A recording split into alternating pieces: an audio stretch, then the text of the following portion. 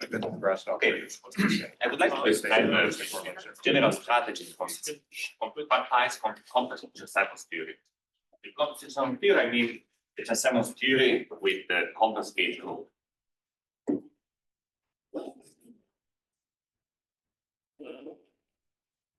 For example, SL2C Chern-Simons.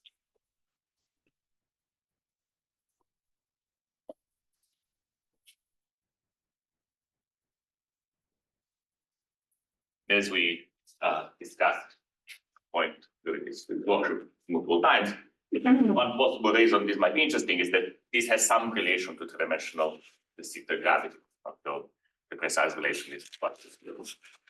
But for me, that's an interesting problem. So, Chern-Simons theory is a good way to define interesting topological field theories, and usually we know what to do with the Chern-Simons theory, which has compact gauge group. There's a very interesting story by Edward that teaches you how to do contour Chern-Simons theory. In a sense, Chern-Simons theory where the gauge group is some analytically continued version of SU2. But here so this is another variant where you really want to do a path integral over a connection and its complex conjugate. Perhaps I should put a tilde there because I get always super confused about conventions for connections, but to be complete, you have a complex connection, which is a unitary connection plus some kind of a Higgs field. And with a tilde, that just means A minus IB. And the action for this complex Chern-Simons theory is going to be a combination of the action for one over each bar, I don't know. The action of the Chern-Simons theory action for the complex connection, some theory action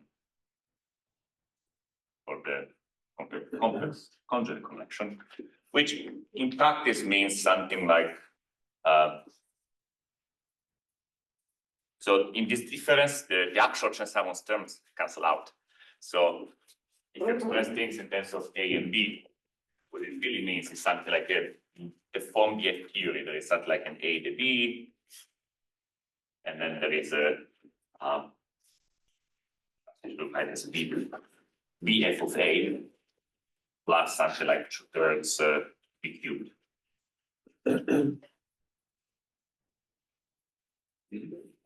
As you know, for complex Chern-Simons, one could also have integer coupling.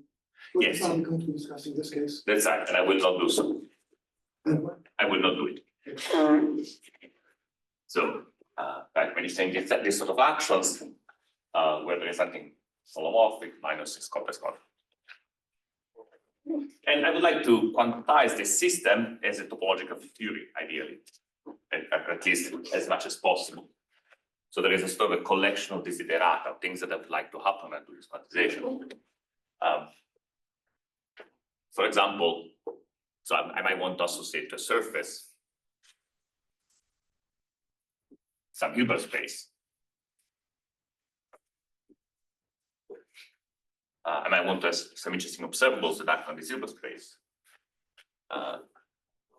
For example, Wilson lines.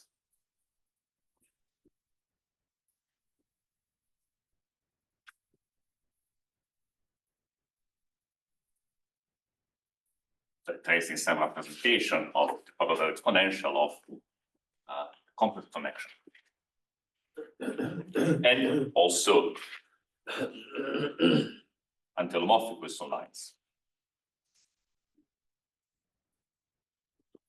using the antelomorphic connection. And now then here we should discuss which representations I'm going to put here, because, well, as of course, SL2C or more generally, as I said, a complex group would have just some finite dimensional representations, which seems a perfectly nice thing to use. And there are also going to be some infinite dimensional representations. An instant tension is that the finite dimensional representations are not unitary, and on the other hand, unitary representations exist, but they are infinite dimensional, like the principal series representations of SQ2C. So even in the name, right, when we talk about line defects or loop operators, if I have time times the surface, I could wrap a Wilson line on a closed path, and this would define an operator. And to define these operators, the final dimensional representation looks very safe. And infinite dimensional representation worries me because I need to take a trace. Correct. On the other hand, as we're discussing in gravity for massive particles, I might want to place some line defects a long time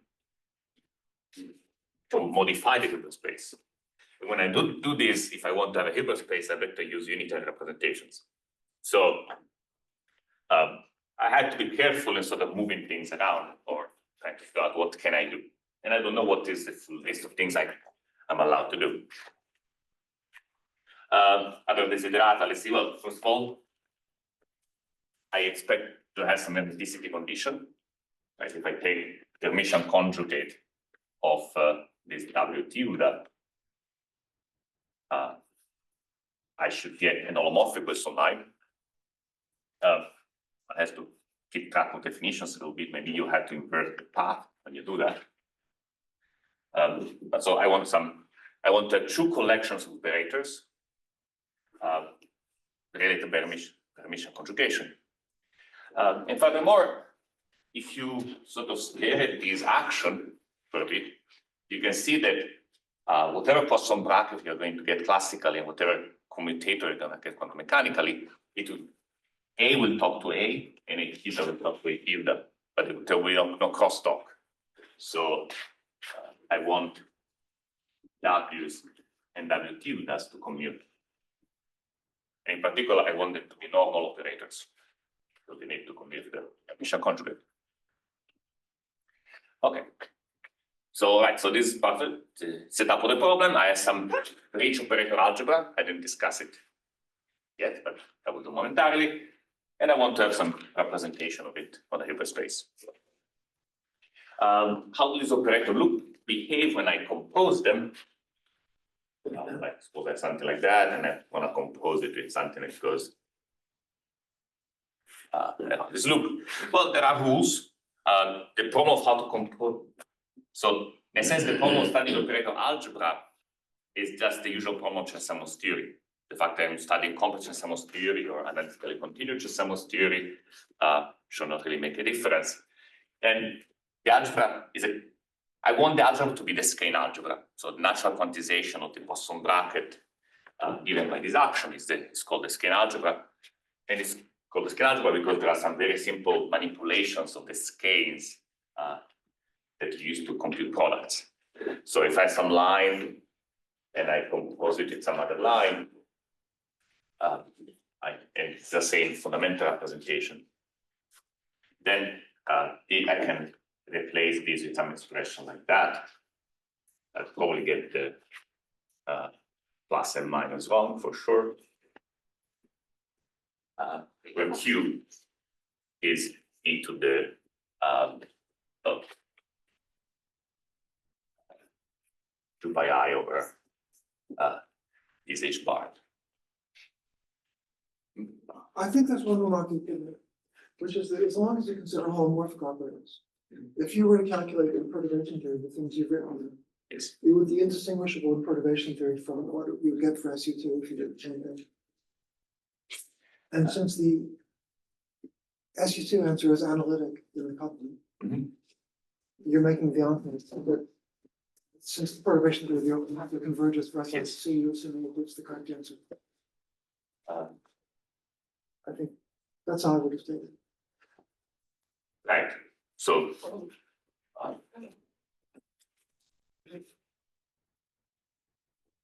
another perspective is that somehow because some bracket is local, it's also happen only at points, and there are not so many ways I can write down an algebra which deforms the Poisson bracket and which is local. So building such this sort of algebra, there is an intricate mathematical problem. And I think pretty much the only solution is to do this. So there's a lot of rigidity, especially if I require that somehow this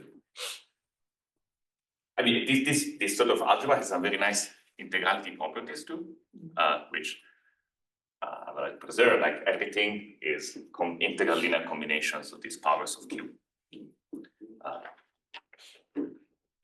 Which is then going to be some real number in the story. If we were to consider the infinite dimensional representations, how would this argument look like?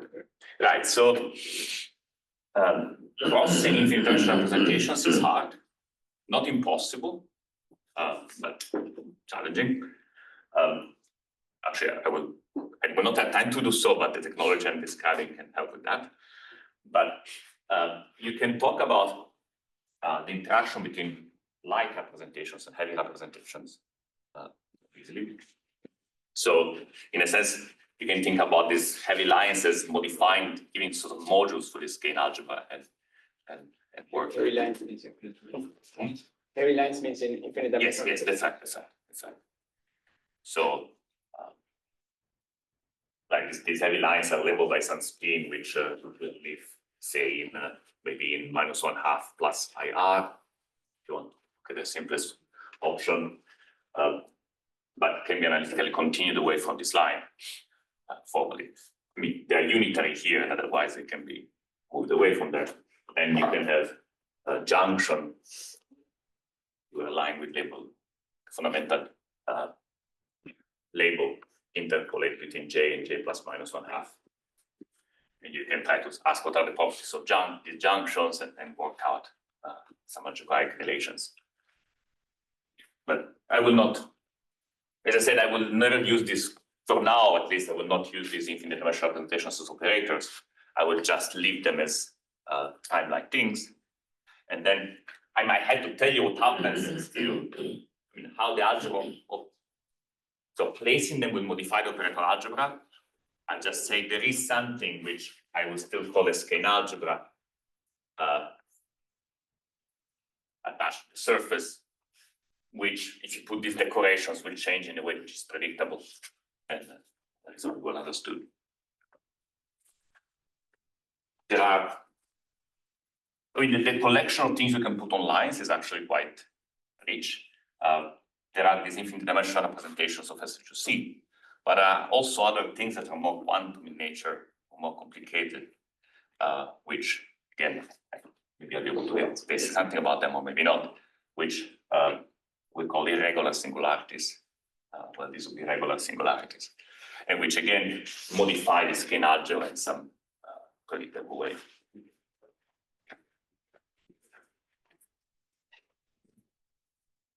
Remind us of the unitary representations. There's a continuous series. At least what are the values? So for SQFT, there is if you write the J-plane, there is a collection of vertical lines, sort of let's have integral. Actually, think even integral. I forget now. But yes. The collection of vertical lines. The ones on this line have a special property which I will mention momentarily. But there's also the complementary series, which no, those are for SQFT. So SQFT has a very rich and complicated theory of representations. SQFT is a bit better. Okay. So how do you study topological field theories? Now, thanks to our interactions with mathematicians and condensed matter physicists, we've accumulated a long list of technology ideas or ways to think about topological field theory. And one tool which seems very often useful is to use boundary conditions for these topological field theories. And in situations which are difficult, like standard Chern-Simons theory, are situations where the boundary conditions are not topological, are never topological. So you cut your space-time, you get some non-trivial operator, some non-trivial gapless system there, like like a garage line, and then you need to work very hard to set up a system to figure out what happens in the bug. It's still very powerful, but definitely requires a lot of technology. If lucky situations are situations with a topological boundary condition, a gap boundary condition, and then you can sort of place this boundary condition in time. So you have three-dimensional theory, and you have some kind of boundary condition. And if it's topological, it will create a state, Hilbert space associated with a surface C. And this state will be very nice. For example, if you do a mapping, the form your space-time, if you do mapping classical transformation, it will remain the same. It will behave well if you perform, modify, cut, whatever else. And furthermore, you don't just get one state, because there are also often boundary lines you're allowed to use. These properties you say, is that how you define that it's a topological boundary condition, or is there another? Well, I mean, as a person who likes quantum field theory, I would say I have a quantum field theory, I define a topological boundary condition in quantum field theory, and then as a consequence of that definition, this will be a property. If I was a mathematician, I would study boundary topological field theory and doesn't want to know what quantum field theory is, then I would take this as an axiom. And then there are very high power mathematicians which know about factorization algebras and the like, and then they can do both.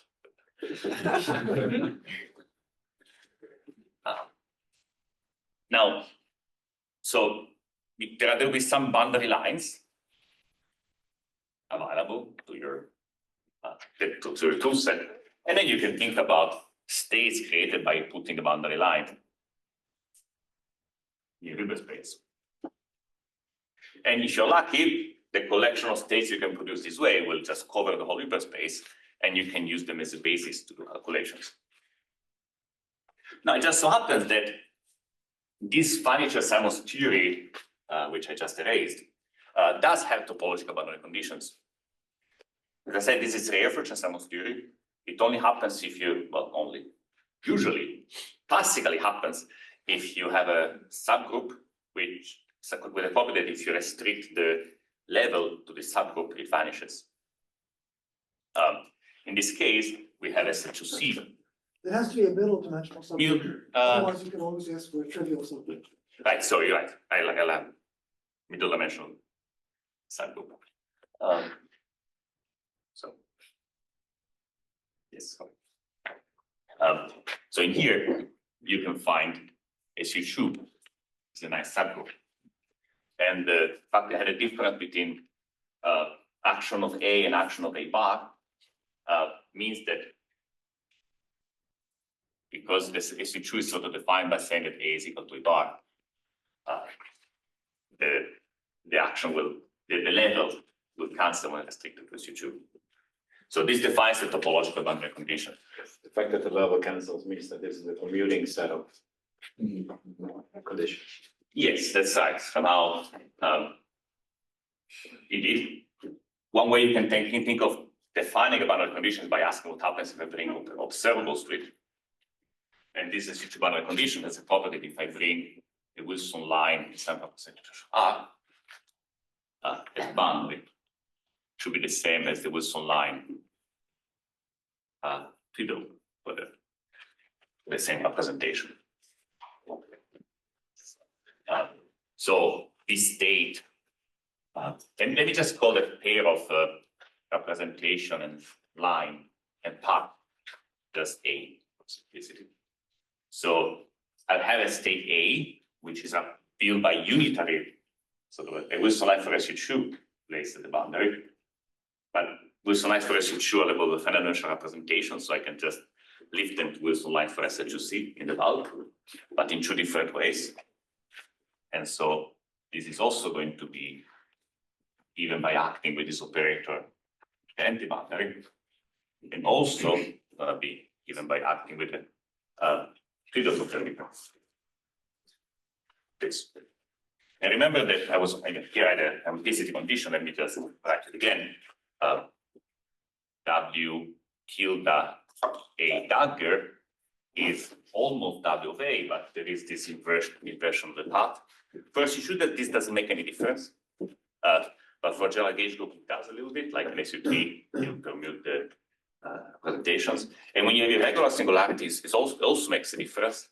So to stay safe, I will just explicitly write a map, call it rho. It's a map from the algebra to itself, which tells you what the hermeticity condition is. Okay, so now we have this proposal. I will study at least a part of the Hilbert space of the theory and hopefully all the Hilbert space. Is the reason you labeled that one that you can unfold it so it's like a identity operator? No, it's one just because I'm labeling things by elements in the algebra, Oh, okay, okay. and this is labeled by the trivial operator. Okay. So I called it one. That's right. And by construction, if I act with this, I do something like this. If I act with WA, W tilde B on C, this gives me just A, C, B. Because I can I can rewrite these as WA, W tilde B, WC, 1. This can be plotted across, and I get an AC, and W tilde can be converted to W using this relation, and so I get this expression. Does that mean that the ACB commute all with each other? Well, so that. Not only the No, so you get a sort of I'm just saying that this stays labeled by the algebra itself, and the attractions of the algebra on the Hilbert space, and one acts on the left and the other acts on the right. And in particular, left and right actions commute, which is nice. So when it's commute wider than the tilde, we move the B after C. Because it's a right, so the tilde operators give you the right action, so B acts on the right on the C label of the state. Davide, if this is Greg, in your relation for W tilde dagger equals W, Greg, there's a pickup. Speak a little quiet. Speak softly, maybe. did you want to complete the presentation when you wrote W dagger equals W? Sorry, it's getting cut off. I don't get a full question. Never mind. If somebody's monitoring the Skype call, can they look at the chat and repeat the question? I don't know if there is somebody monitoring the Skype call though.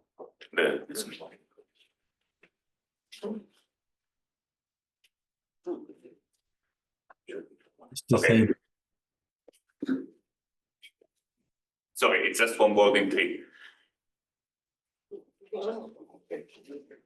Okay, we'll see if we can get the question. I keep going meanwhile. So I'm assuming there is boundary condition. If there is boundary condition and it quantizes as well, I would like to have these properties. And then we can ask what are the inner products between the states.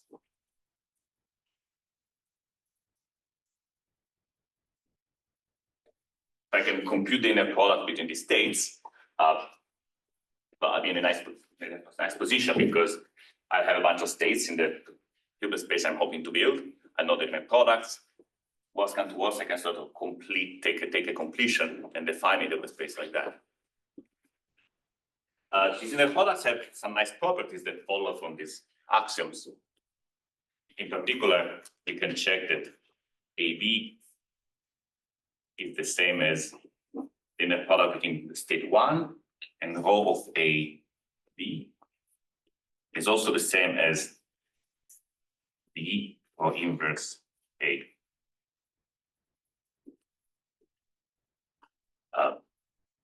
So, sorry, this is probably legible from over there. I will write it bigger. And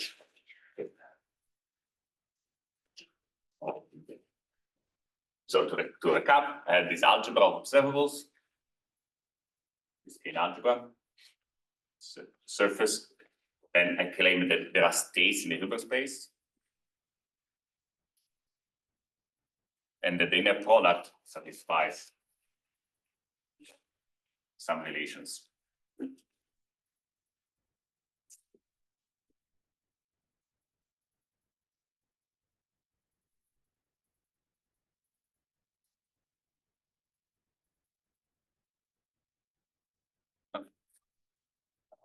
A way to think about these relations is to say that, okay, I'm gonna define a symbol, I call it trade. Now this is TR, because it's gonna be a trace, which is that the expectation value of operators in this special state. And this is a trace, a twisted trace, really, in a general situation.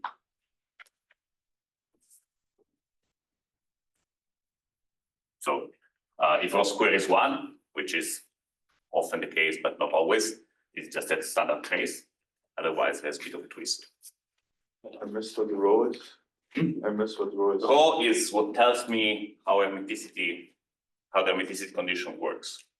So when I take a tilde operator and a dagger it, I get a normal operator of rho of A. So for standard representations of SU2, rho is trivial, but if you look at irregular, if you modify if you introduce regular singularities, or if you look at other gauge groups, rho would be long. Okay, now the fact that this trace property is nice because the skein algebra is infinite dimensional. It's very complicated algebra. But the space of traces on the skein algebra is actually known to be finite dimensional. Mathematicians can compute the dimension of the space of solutions to these equations. So already at this stage, you get kind of a bootstrap problem. You have this finite, you have this trace condition which has a finite dimensional space of solutions, and you want a positivity condition too. So the inner product, which is also written as trace of rho of A B, should be positive definite. So if you are into bootstrap, it will be probably fun to bootstrap this problem. Impose these linear equations on your favorite skein algebra for functions here, and there's infinitely many inequalities you're imposing on a finite dimensional space, and hopefully you don't have any solutions. So I missed the definition of rho. Is it like a conjugation of what is rho? Take rho equal to 1 for now. It's fine. You will not miss anything at this stage. Later on. Okay. But it flips the direction of the line. Okay. Okay, so like I'm not very numerical, so I've not done this exercise, but I think it's definitely a fun exercise. And well, if you find no solutions, then you cannot quantize Chern-Simons theory, at least not in a way that admits the state. If you find a space of solutions, then will also be probably unhappy, because it means that when you try to compare different Riemann surfaces, you'll surely fail. If your solution is unique, of course, then you're in business. Because at the moment, the problem is done separate from every Riemann surface. For every Riemann surface, you do your quantization. But ultimately, among the desiderata is that I should be able to also have time evolution. So if you have a trimanifold, which interpolates between two surfaces, or perhaps just smoothly ends the surface, this should give me some kind of map.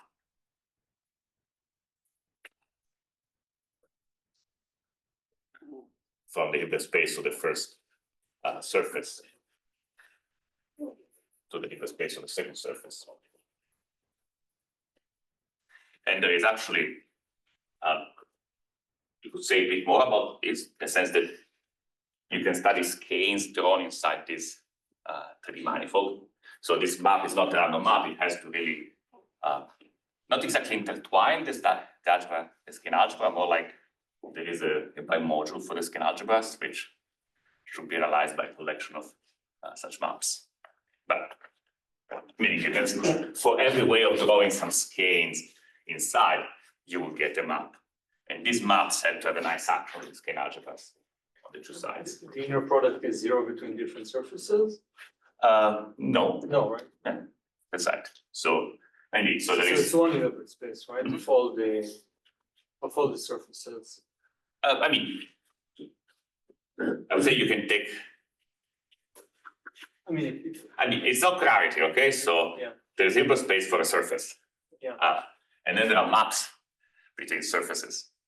So if you have a trimanifold, there is something called a skein module, labeled by the T. And there should be a map from the skein module into maps, into the space of these maps, which is compatible with the action of these W's. And you're never gonna get these out of this bootstrap problem, at least not immediately. You would have to have a compatible set of bootstrap problems for all the surfaces logged into these manifolds. So it looks still a bit dreadful. But luckily, I know of a way of producing a trace which has all of these properties. And it's a combination of things which I've learned when I was here. And do you remember how the line in the middle acts on the states on the top and the bottom? where? Here in this end. So it's not an operator, but for every line, so because not all the lines written in middle can be brought to the top or brought to the bottom, I mean, they get stuck into some topology in the middle. But for every line, you should get a map. And then if I draw another line and I bring it to this line, the corresponding maps should be related by an action of the algebra. So it's like a representation of the skein module. And is this map defined by you do the integral of the Chern-Simons? Well, if I knew how to do this path integral of Chern-Simons theory, yes. Oh, okay. You're going to define it that way, or? I'm trying to get to have an algebraic approach. I have this skein algebra and these skein modules, and I want Hilbert spaces which are compatible with all of these structures. It's a bit like the quintessential quantization problem. Somebody gives you an algebra of operators, you want to realize it on a Hilbert space. And hopefully, often you don't just say the operators, you also know that you want certain states, and you want the operators to act on those states in a certain way. And so you get this problem of finding a Hilbert space which contains states like that, and a representation which acts properly on them. And then maybe you have multiple mechanical systems and you want to have specific relations between them. Again, you want to quantization to those relations. Typically, this is hopeless. Like quantization is not a thing that is really possible because there are anomalies. So the name of the game somehow is to find questions which are able to carry over quantum mechanically, and hopefully enough questions that the structure is reached. Okay, so perhaps any other questions be good now because I'm going to switch gears. So for the case of compact groups, we have the data of F and R symbol that Yes. we can use to compute everything. So what's the connection here? Is the skein algebra equivalent to that? So We have more or less? right, in usual Chern-Simons theory is a very well-behaved topological theory. All of the Hilbert spaces are finite dimensional, and we feel very comfortable with the idea of cutting and gluing things. And so you can take your manifold and really cut it into pieces. And when these very simple pieces are what are called these XJ symbols, these F and R symbols, and so on. And there is also a whole technology based on finite dimensional representations of quantum groups, which can also be used to analyze the problem, which is very powerful. Here, the infinite dimensional, the non-compact nature of the gauge group makes you more vary. I mean, the Hilbert spaces would typically be infinite dimensional. Cutting and gluing seems dangerous. I want to get associate things to three manifolds, but I already worry that for some three manifolds, I'm going to get infinity. No nonsense. So that's an abstraction. But yeah, totally you could hope to have some theory of representations of SL2C quantum groups, which allows you to do calculations in this setting. And indeed, and learning the theory from this technology. Somehow, the answers I get don't seem to be quite the ones you will gotten with the traditional approach to SL2C quantum groups. I'm still a bit confused by the difference. So the F and R still exist, but they are not enough. Right, so there will be some cuneiform Fs and Rs, which maybe can be used to do things. But those are not the ones that I can see in the literature, although I can derive them using the kind of the technology I'm going to describe. Because somehow, you need to figure out what does it mean to have a principal series representation of UQ SL2C, and what happens if I take a product of show them and I try to decompose it into new principal series. Okay, so any other questions? So here you use the trace, but if you define the representative, you don't really need the trace, right? You need the inner product. Well, I'm gonna define the Hilbert space as the closure of my algebra. Yeah. Until it's in a product. So trace has a cyclicity of like a switching Yes. around. Do you really need that property? So here, this is happening because I have sort of a quantum mechanical system which has two copies of an algebra, actually algebra and an opposite algebra, related by complex conjugation. Yeah. Towards the end of the talk, I will look at situations where just one algebra, and then this trace condition is replaced by something else, which I'm still confused by. And then that is also related because you are choosing SU2, so A equal to A bar. Now, this is you choose in order to define a boundary condition. So this state one and these other collection of states labeled by elements of the algebra, these are defined through a boundary condition, and the boundary condition uses SU2. Okay. So I have a 3D gauge theory with groups, gauge group is SL2C, but the boundary is reduced to SU2. Oh, Yes.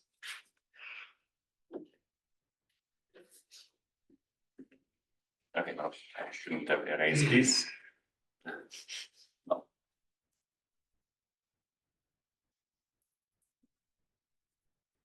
So I'm going to describe you now a completely different setting where you find an algebra, which has a parameter Q inside, and which has a trace, as a whole, as a trace with this property. And if you pray, it will be positive definite.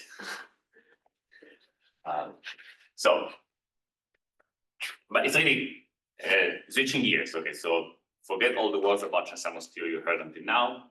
Words will have different meaning for it. So I'm going to talk about four-dimensional n equal to superconformal, supersymmetric quantum field theories. That is a beautiful subject. There are a lot of these quantum field theories. There is a whole class of these quantum field theories called theories of class S, which are labeled by surfaces, and which is going to allow us to make contact with the Chern-Simons theory later on. But for now, let's take one of them. And well, there is an infinite collection of very interesting supersymmetry protected quantities that are available in these theories.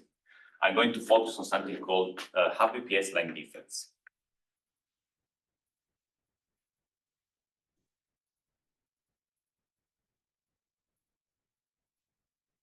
So these are modifications to the theory which is supported on the line, preserve half of the supersymmetry.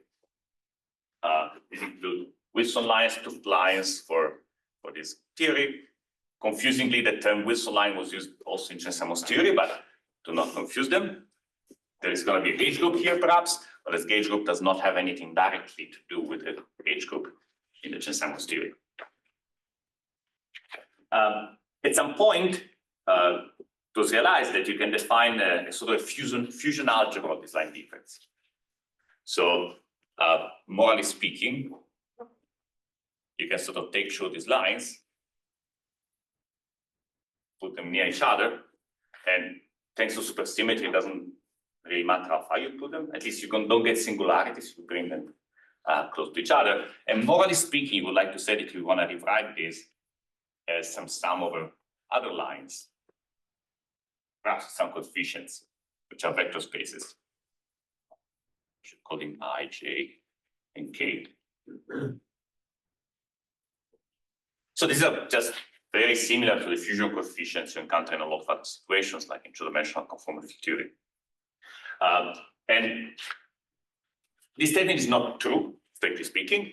You need to work hard to make it true, just because this is not a line. This is a family of lines at best, depending on the distance. So you need to start thinking about perhaps deformation classes of lines. Or perhaps, well, the right way to do it is to do a certain twist to the theory and think about K-theory of the lines, but forget these words because there's just no way to say, no time to say anything about that. But you can then say, okay, I choose deformation classes of lines, and then I just keep track of the quantum numbers of the coefficients. This V, is it finite dimensional or infinite dimensional? Let's pretend it's finite dimensional. So yes, it's finite dimensional in the appropriate sense. That's we expect it to be finite dimensional. So I don't know if you're in one gauge theory, for example, and have a Wilson line and have a Tooth line, and I try to bring them together. The result is going to be a dionic line. It has both electric and magnetic charge. A crucial, the coefficient in front of it is just one dimension. I mean, there is no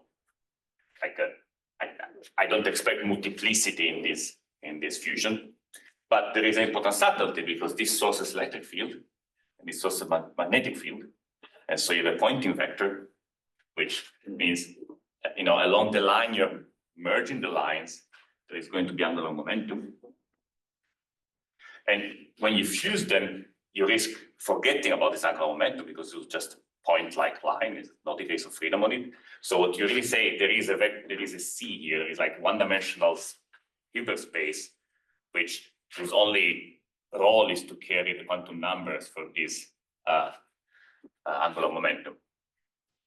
Once you pass to classes, you're going to say that WH is QD. The Q is a formal variable which keeps track of the units of angular momentum. Yes, so, and if I do it in the opposite direction, the angular momentum points in the opposite direction, so I get Q inverse of the dial. So in general, these classes form some kind of a algebra, which depends on this Q. Are you saying that you're projecting on the lowest lying state that could be there? And that's why you have Yes, a so dimensional? with Greg and Andy, we If I think of, formalize. say, two D branes, there could be all sorts of open strings between. Absolutely. So with Greg and Andy, we formalize this in terms of what we call frame BPS. Formalize thing in the sense of, yes, so I bring them together, I look at the supersymmetry invariant part, all Hilbert space. Project only on the lowest lying state. Yes. So what this formula means is the Hilbert space of the whole theory in the presence of these two lines is just a multiple of the Hilbert space of the whole theory in the presence of this line. We're going to formulate in terms of cohomology, Q cohomology. Right, and the better way is to pass to do what Kapustin and then Kapustin and Salina proposed to do, which is to go to what's called holomorphic topological twist. So this is a twist of the theory which makes it topological in a plane and holomorphic in the transverse direction. And then in this topology, after you do this twist, these are topological lines. It's safe to merge them. They form a category, and there is a whole categorical sequence of words you can say. Then you pass to the K-theory of that category, and you recover this algebra. But yeah, when we do it with Greg and Andy, we sort of waffled a bit, but claimed that you had these fusion coefficients. And it's a non-commutative algebra. If you multiply things in the opposite direction, you sort of get the inverse powers of 2. Okay. So with theory T, we associate some algebra labeled by T. Mathematically, it's an algebra over the integers, because you have to get dimensions of vector spaces, integral linear combinations of Q and Q integers. Okay. What is Q in this 40s theory? Is it? So it's the key. So mathematically, you are doing K theory of a category which has a rotation symmetry, and you want to put an equivalent parameters for that. You make K equivalent K theory. Physically, you're doing a bit an index of some sort, and you have a trace of -1 to the f, minus q to the Schur J3 minus Schur I3. But this is the Cartan of rotations, and this is the Cartan of asymmetry.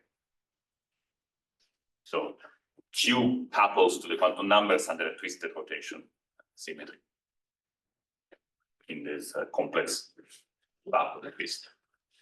Okay, now, okay, and this, as I said, this is something which we used a lot with Greg and Andy many years ago when I was here.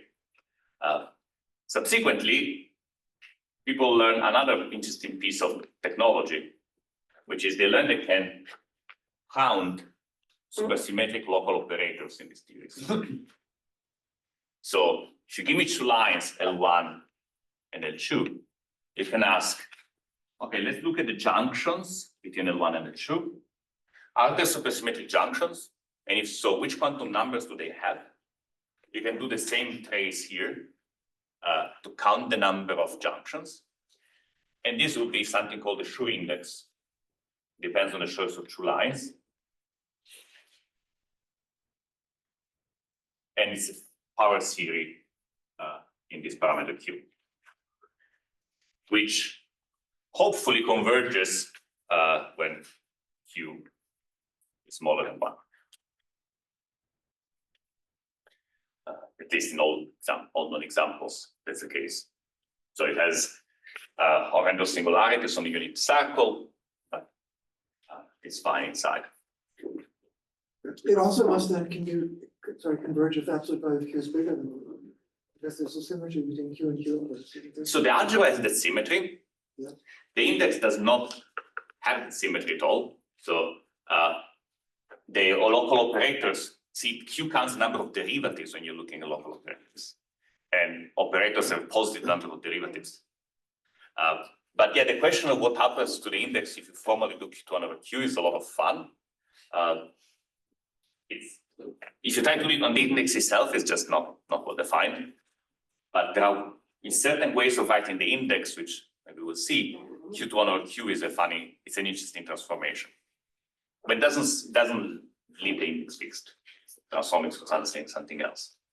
Anyway, right, so I have this index. And especially if you work in this HC twist, you soon realize that this index has some interesting properties again, because you can rotate lines. So this thing that counts local operators between two lines also counts local operators in a configuration like that, where you rotated the line up and you try to merge it. Now, rotating it up is an almost innocent operation. It will be innocent if it's a conformal field theory. If not, there is a bit of a Witten effect, which can twist the electric charges of the lines. So I'm going to introduce something called rho inverse, which now is a map on lines. And now this is telling you that this index is also the same as the index to go from the trivial line to L2 rho inverse L1. And it's also, you can rotate the other way. Now you have L2, you have rho of L1.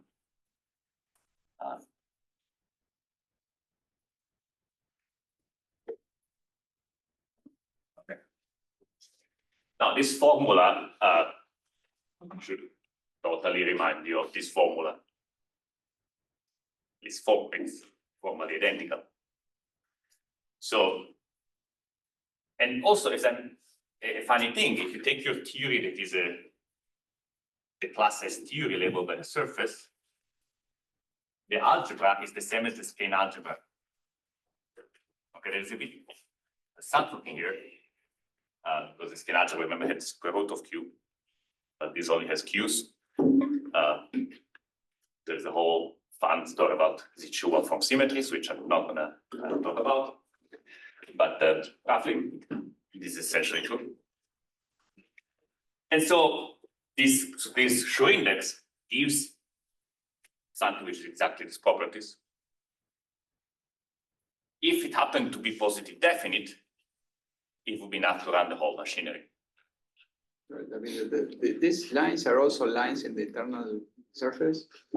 So in class S, you're getting a faulty theory from 6D. So there's a 6D theory on C times 4D.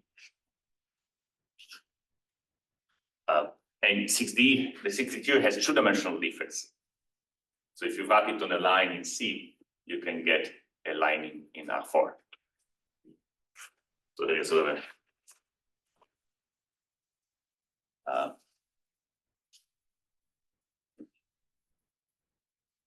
like that. And these are also labeled by representations. So yes, this is how you get sort of a line defect in the faulty theory for every element in the skein algebra. So your little a labels the dions in the other. Yeah, so here little a is labeling classes of line defects. Right, on the surface. Right. And it also labels pairs of representation and line in the class S situation. Is there a way to compactify that 6D theory instead of R4 some other manifold so that you get the Chern-Simons theory? 3 times S1 or something.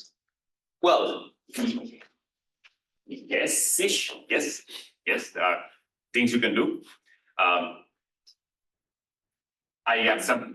can argue that if the thing you're doing is compactified on S1 times S3, which is what leads the Schur to the Schur index, that's the same as putting Chern-Simons theory,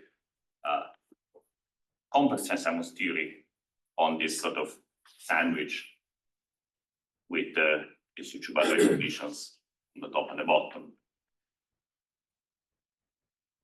So yes, so you can have a duality chain which argues for the identification between this object and this object. But even if you don't know string theory or anything else, or six-dimensional quantum theory or whatnot, it's just the fact algebraically you get the Schur indices give a very computable and explicit trace on line defects, which has all the properties we needed to potentially quantize Chern-Simons theory, as long as this condition holds. So we need that the Schur index as function of Q should be positive definite. Actually, and the parameter Q should be real, and between 0 and between 1 and -1. Is this true? I don't have a direct conceptual reason for this to be true, to be honest. At least not yet. I hope it's possible, but this seems to be a question which recurs in the sort of things we've been doing.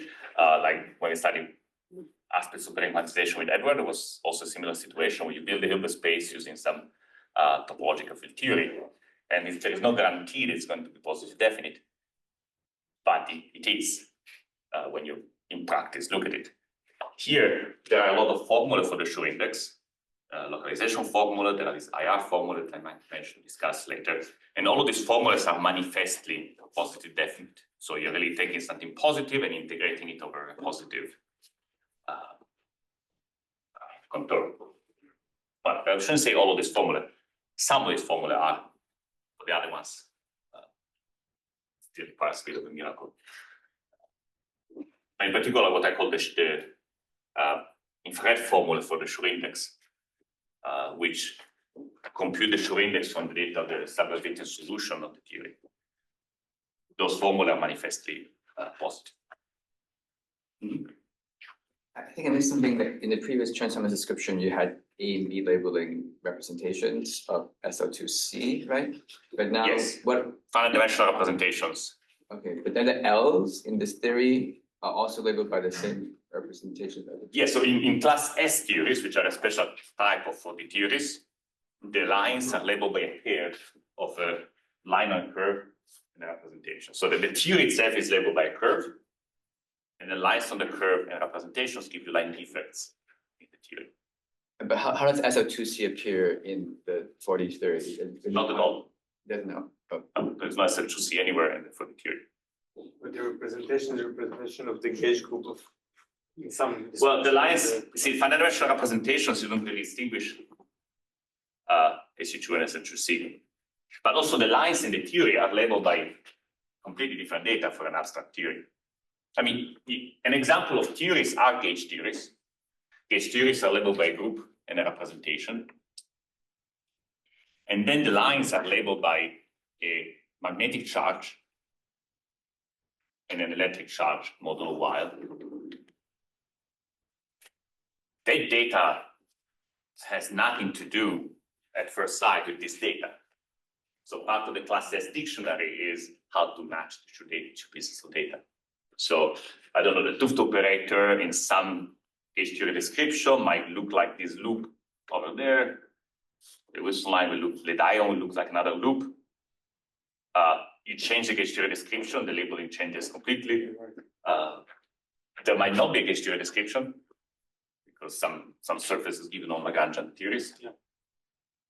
But as you explained in entering one, for class S theories, there's a chain of dualities that actually maps this to the Chern-Simons function. That's right. And as a physicist, one would regard that as predicting that this inner product is positive, or the trace is positive. Yes, that's true. That's done. But sorry, but what is the gauge group at 60? Oh, 60 is not a gauge theory at all. So the 60 theory is a 60 CFT. Strongly coupled. I mean, there are no six-dimensional gauge theories. Or like, no Lagrangians, nothing. These are only CFTs. These CFTs, we know that some exist to string theory. Like, you can ask what happens if you look at type 2 on an ADE singularity or something like that. And so you know that there are ADE classifications for, okay, there are CFTs which are labeled by the ADE line algebra, the algebra, and those are the ones you can use to build these classes theories. So the classes theories are labeled by an ADE algebra, an element surface, which can have all sorts of decorations. Because once you as you go down to 4D, you can add any four-dimensional defect available in the 60 theory. So you can have an element surface and a codimension 2 defect of the 60 theory. And this will give you 4D theory. And these are CFTs, so how do you know what are the available defects? There is a whole, how do you access defects in a non-Lagrangian theory? To get SL2C, don't you have to choose something? Yeah. No, because, I mean, you pick different defects, you get different defects in the Chern-Simons theory. No, but you have the SCFT that corresponds to 2 and 5. Correct. Yes, sorry. Yes. There is an SL2 SCFT In 6 dimensions. in 6 dimensions, and this will give you SL2 Chern-Simons. And what happens to supersymmetry? Gone. Essentially, you twist the system. So you're never really using the full 6-dimensional theory, but only some holomorphic topological twist. There's a twist that ultimately localizes on SL2C Chern-Simons. Yes. Exactly. Okay. Question? No, not sure if it's very relevant, but in the 4-dimensional picture, there's something kind of nice. There's like S duality, right? Yes. In which lines transform. Exactly. Is there something in the Chern-Simons? So what happens is that these indices have many expressions. Every Lagrangian description of the theory will give you a formula for the index, like a matrix, sort of a matrix, unitary matrix integral. And S dualities just tell you that different formula give you the same answer. and typically they're very bizarre identities of Q factorials and whatnot. The geometrically, they're just the mapping length. Right. So one thing the Lagrangian description give you typically is that they diagonalize the action of some of these W's. So if you have a surface like the for puncture sphere, you'll have an operator in the traditional Simons theory, which is the loop around the two of the punctures. You can ask, okay, I want to diagonalize this. So I want to write my Hilbert space as some sort of direct integral of sum over some eigenvalues. It turns out in this case, like the eigenvalues are for the form Z plus the inverse. And you might want to decompose your Hilbert space into eigenspaces, and you might want to know what the spectrum is. And the UV formula sort of tell you the answer right away, and they tell you the spectrum is of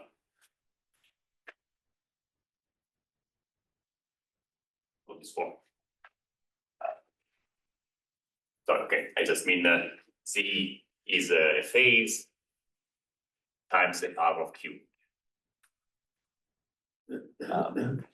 And they tell you, it's a very precise thing in the sense that they tell you each state A, how does it decompose under this spectral decomposition with explicit coefficients. If you have a dual description, then you'll get a different spectral decomposition for a different W. And then you can ask, how do I relate them? And there are even some gadgets in quantum field theory that can tell you the answer, meaning that sometimes this duality can be implemented by domain walls. You can put these domain walls practically into the index, and they will tell you the 6J symbol for this problem.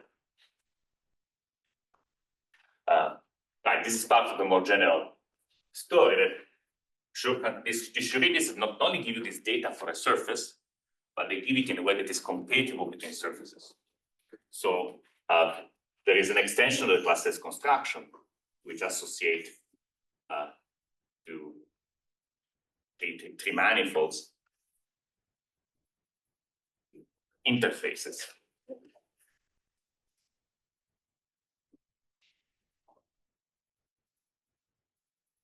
This is a more complicated story, and getting explicit Lagrangian descriptions of these interfaces takes more work.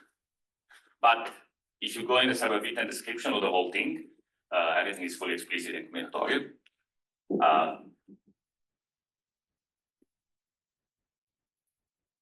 And now you can have a line.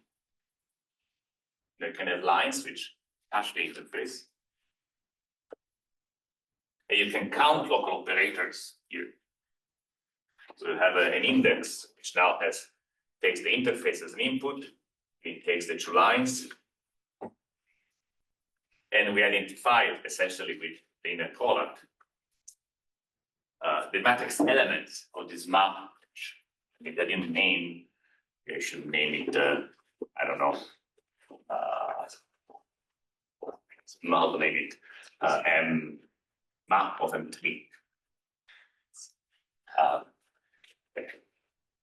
So what labels the 2D surface of Chern-Simons in the 4D theory? So what do you mean with labels them?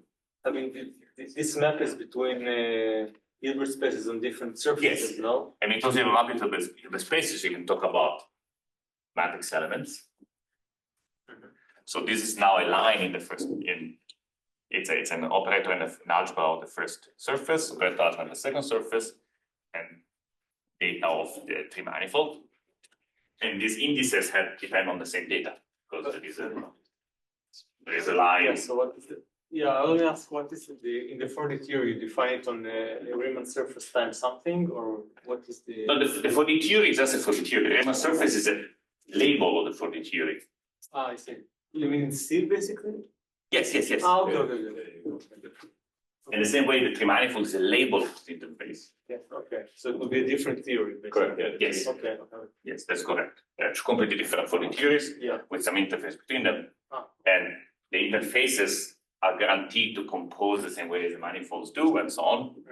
So ultimately, the whole technology is uniform on surfaces. So you really get something that looks like a 3D TFT. Sometimes, if your manifold is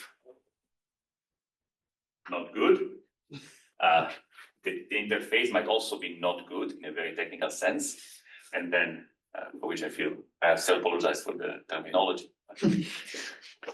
And then this is not well defined because the index sort of uses essentially what happens. I think I need to check, but I think is that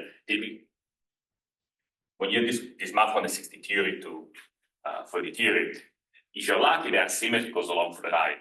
If you're not lucky, it gets broken or spontaneously broken or something goes wrong with it. And then you cannot compute indices reliably because the index uses that symmetry. And so there is a breakdown of this. Something going wrong would mean that the IR symmetry doesn't come from the geometry, from the R symmetry of the 60 theory. Yes, that's right.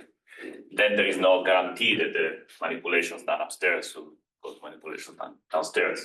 And I think the index might just blow up. But there are examples where, for example, you would have a direct product of two, that the C1 would not be connected. Yeah, you can So totally. you can actually split up universes. Yes. That's right. Right, so should I have not very much. Yes, I wanted to mention one other thing, is the following: how to use the standard technology to do some of these calculations. So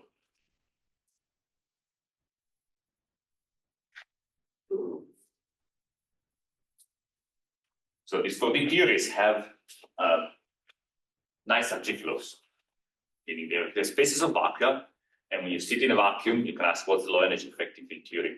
Sometimes it's just a pure billion gauge theory. Sometimes it's more complicated because there is other massless degrees of freedom. But you can have RG flows from theory 1 to theory 2. And if you have a line in theory 1,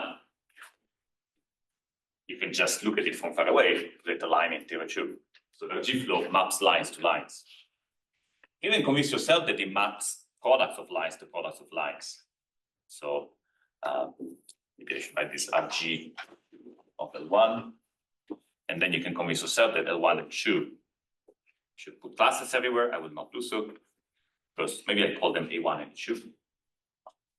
Go to RG A1, RG A2. This is nice. Some things still get broken by the RG flow. So we observe first with Edward and Greg in 2D, and then what it extends to 4D, that there is really no guarantee that rho of A1, so that if you do rho and then your G will be the same as RG of rho of RG. So this condition might fail. RG starts from 1 and on 2. And the index also can fail, meaning the index of RG of AB is not the same as the index of RG A, RGB. Is there RG preserved? How can the previous one fail? I mean, it looks like it's something basic about changing the orientation of the line. Right, so it turns out that rotating these lines sort of so the math from UV lines to infrared lines is well defined as long as you have a continuum that can appear in the game. So in these RG flows, there are these BPS bounds which usually prevent you from having a continuum.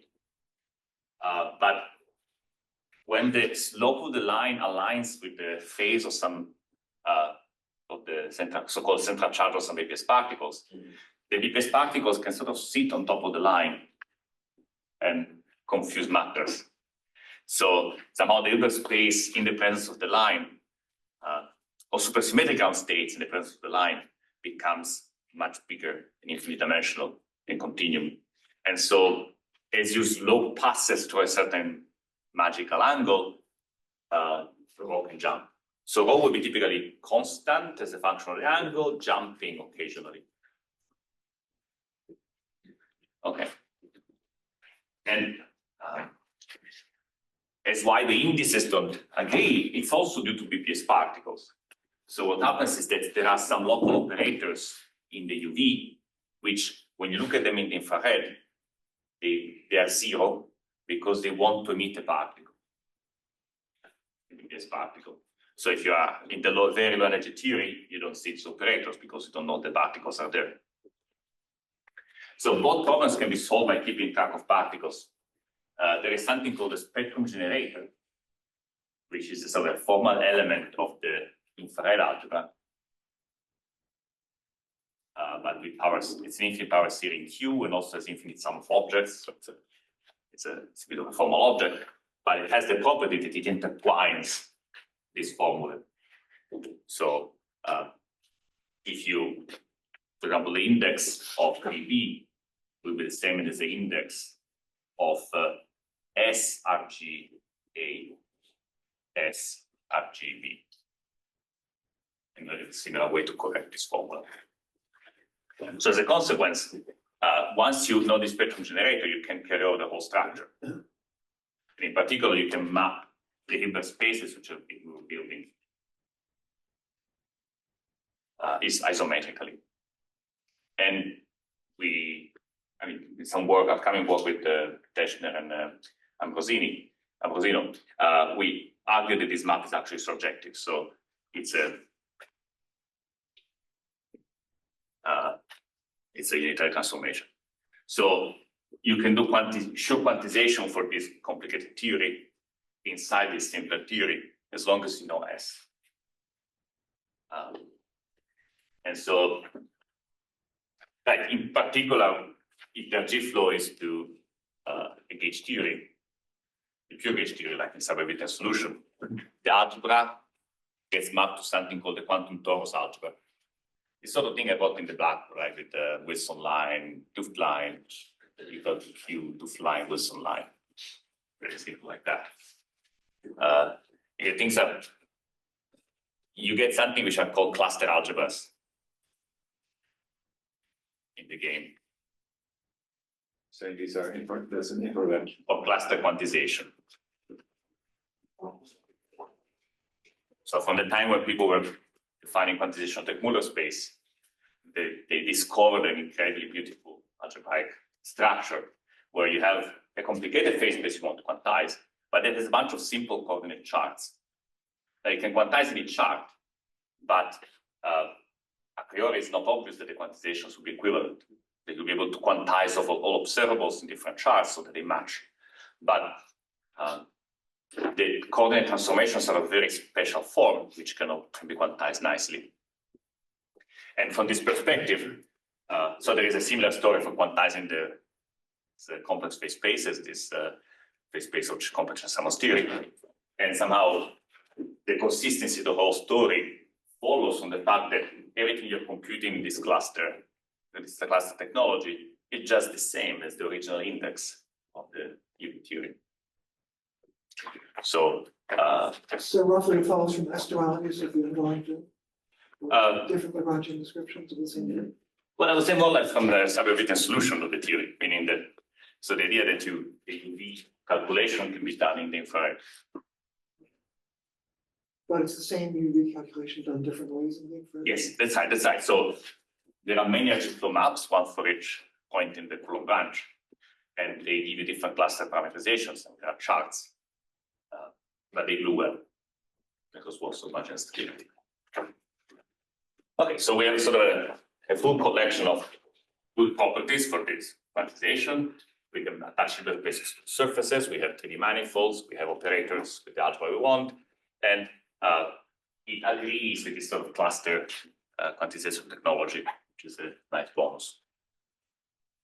And the original motivation for presenting this at this workshop is that there's a very special case which has relations to the double scale SYK model, but unfortunately, it's not about these, but about the generalization, further generalization of the story. So I think I'm not going to be able to say almost anything about it, except that we mentioned boundaries. There are boundaries. There is the C2 boundary. You can have other real forms of the group boundaries. The theory is time-reverse symmetric, so you can define cross-cups, non-orientable surfaces. So you can ask, okay, you quantize Riemann surfaces. What if your Riemann surface has boundaries? Now, how do I draw a boundary? Okay. What if it has boundaries? What do we do if it has cross-cups? So the technology I developed is not sufficient for that. But you can generalize this technology to do this. What's going on is that now the holomorphic and anti-holomorphic operators mix in an interesting way, because you can have an holomorphic operator going in and coming out as an anti-holomorphic operator. So you get just a single algebra, which in a sense is a copy of the algebra for the double surface. So you have sort of a bigger surface C, and you have the surface you care about, which is like a real version of your surface. And you have the scale algebra of C. And you look at it as operators acting on the Hilbert space for this real version of the surface. Are we imagining this boundary extends in the third dimension? Yes. I'm drawing space. The whole thing extends now in time. So now I have a sort of a different problem. I have a single copy of the algebra, and it has some reality condition. The Hermitian conjugate of the element will be some other element in the algebra. So you want the extra algebra of some sort. And you can still try to see if you can use the technology to solve this problem. You can still think about having a SU2 boundary condition in the past. But now the boundary condition might have to intersect these cross-cups and these time-like cross-cups and boundaries. I have to figure out what happens then. And there will be some collection of boundary lines.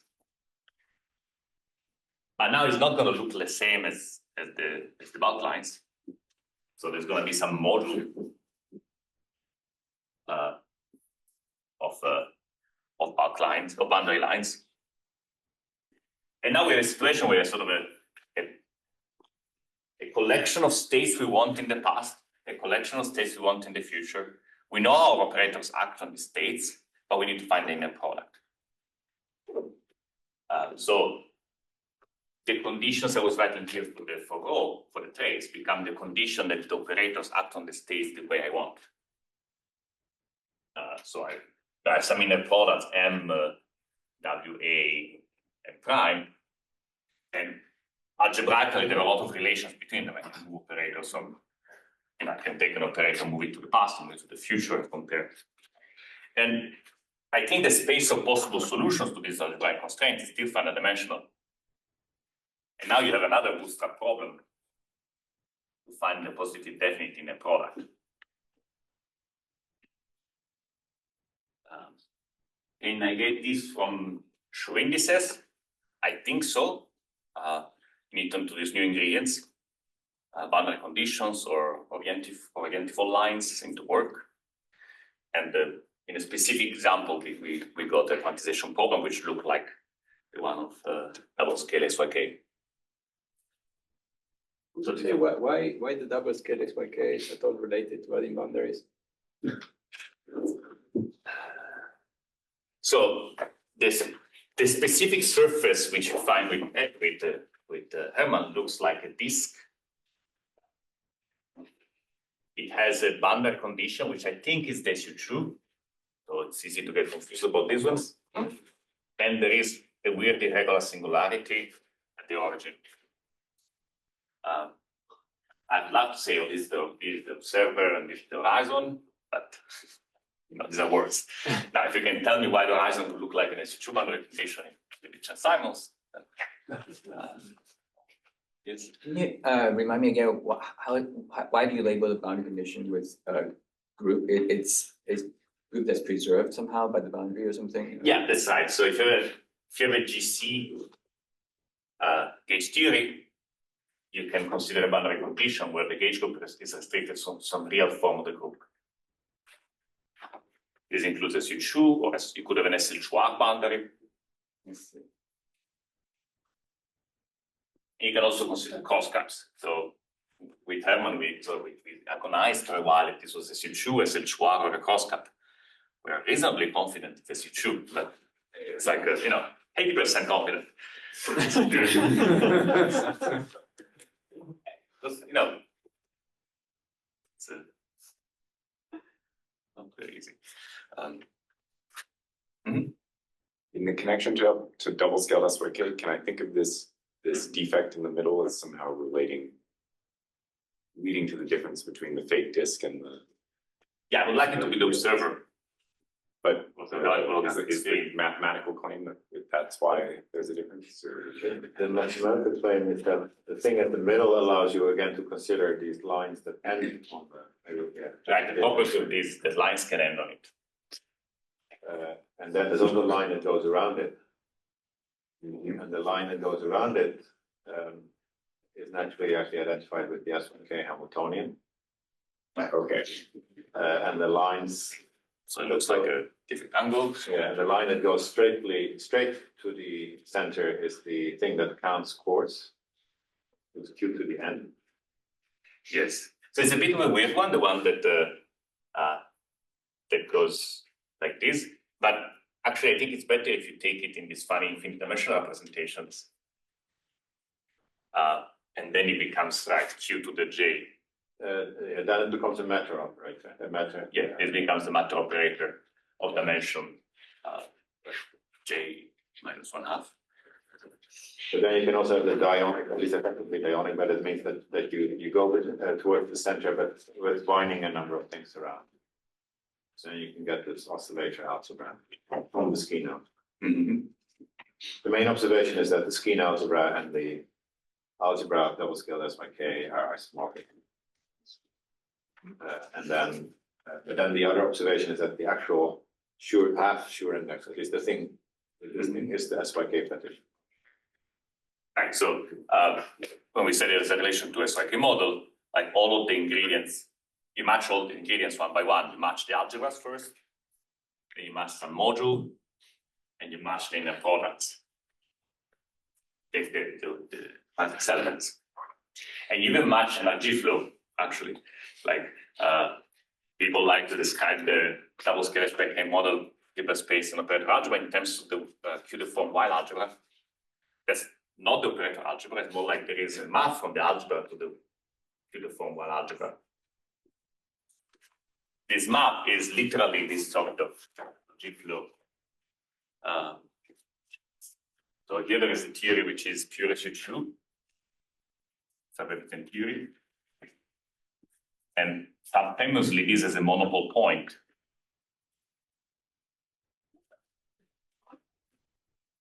Where it looks like an abelian gauge theory with the biggest particle.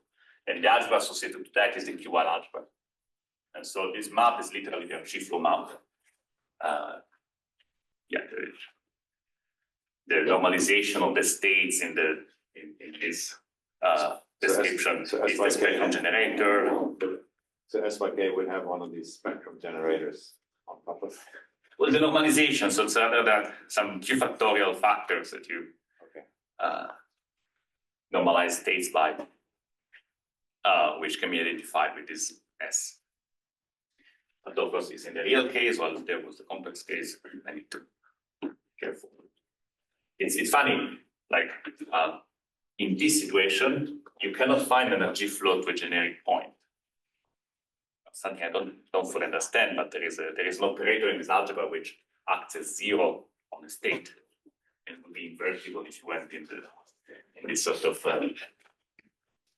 algebra.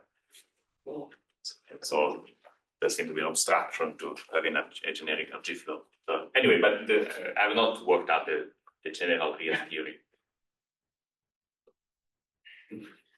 That, in that general configuration you have for the boundary conditions, are they in general like gapless or can they be gapped? So the four-dimensional theories are gapless. They are quantum field theories. Now, these calculations can be done in the holomorphic topological twist, which is topological in two directions and holomorphic in another one. So you still wouldn't call it gapped. It's more like some kind of fractonic object. So maximal, if I want to take some maximum compact subgroup, I could always find a boundary condition. Sorry, you meant here? Yeah. Oh, no, sorry. These are in Chern-Simons is all topological, so they're all gapped. Oh, okay. Okay. Yes. Cool. Could you comment on the relation with Divino-Witten or Liouville maybe? Yes, yes. So Chern-Simons theory has also boundary conditions which are not topological.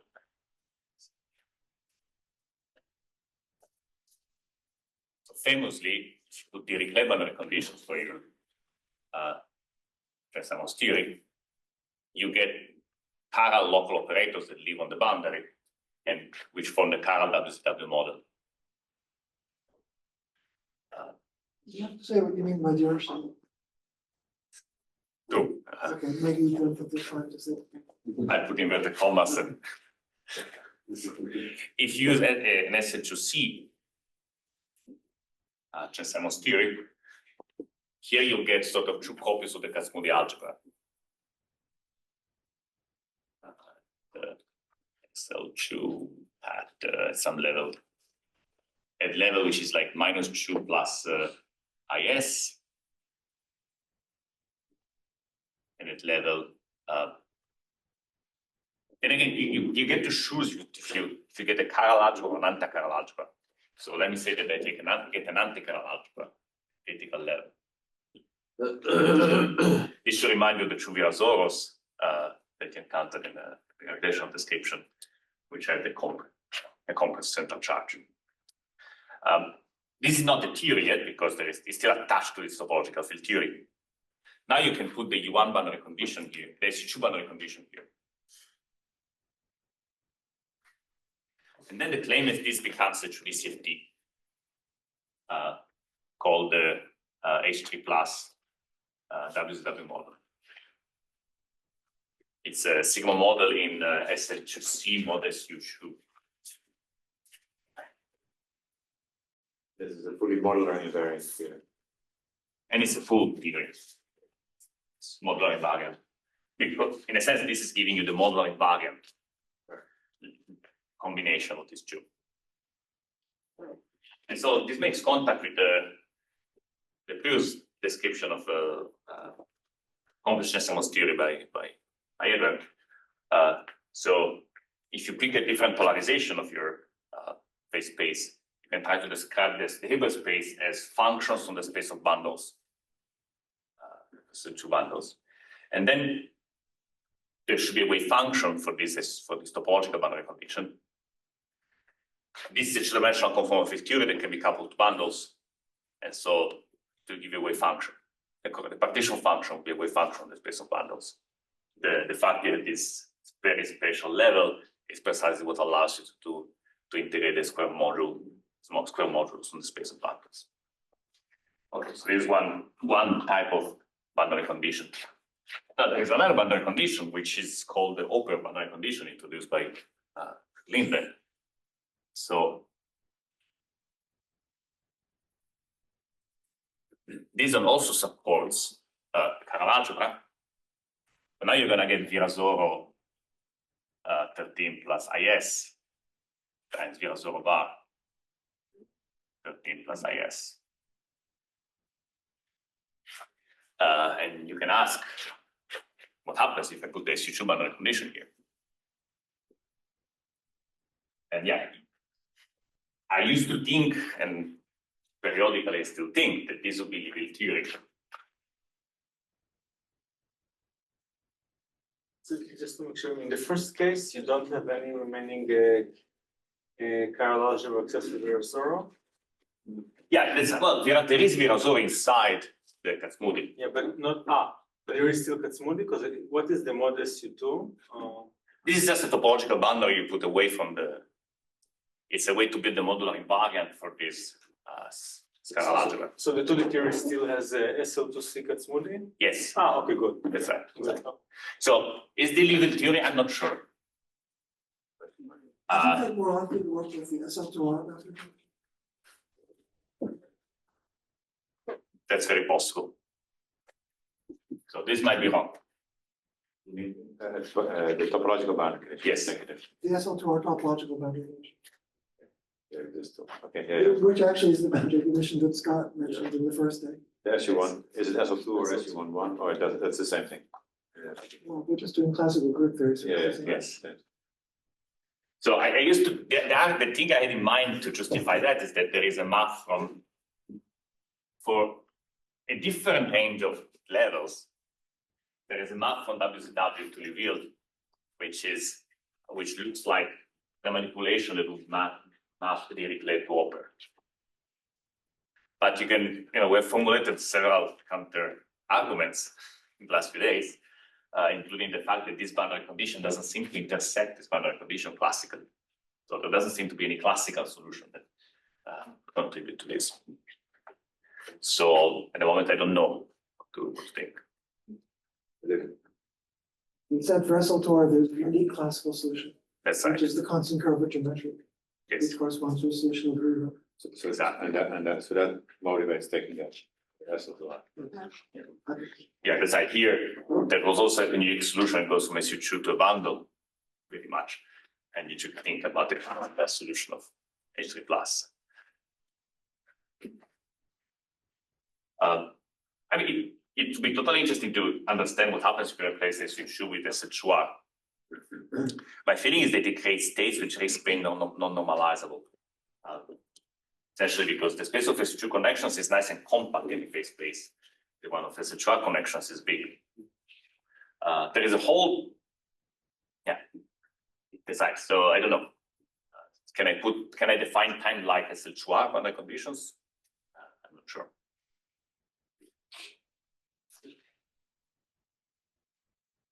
So how do you see that D square of Uville is imaginary? Yeah. Yes. So this squared is precisely I.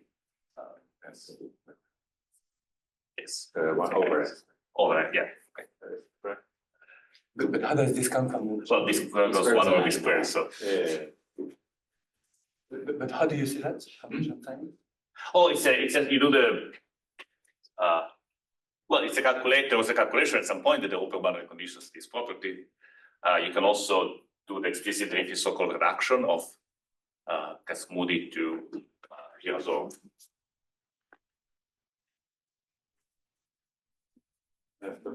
In the interest of time, shall we thank Davide now?